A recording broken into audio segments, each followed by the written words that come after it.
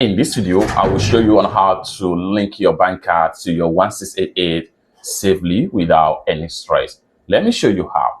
The very first thing you want to do right there is to go ahead and open up your 1688 Chinese shopping app. Open your 1688 app. After you open up your 1688 app, next thing you want to do right here from the home page right here, simply click on payment service right here. Click on payment service.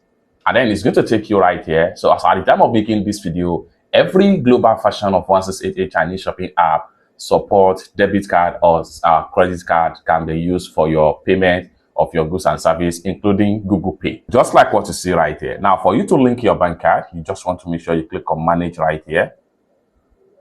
Then here you go. Go ahead and click on new credit or debit card.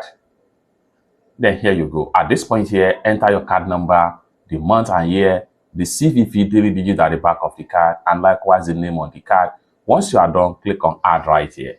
It's that simple. For more useful tutorial tips and tricks on how to source and ship products from China using 1688 Chinese shopping app, consider to subscribe. And lastly but not the least, if you want me to pay your supplier on 1688, Taobao, JD.com, Shein, or any Chinese e-commerce app or website, or you want me to fund your Alipay account, consider to reach out to me on my WhatsApp via the number in the description of this video. Thank you so much for watching, and I hope to see you in my next video. Bye for now.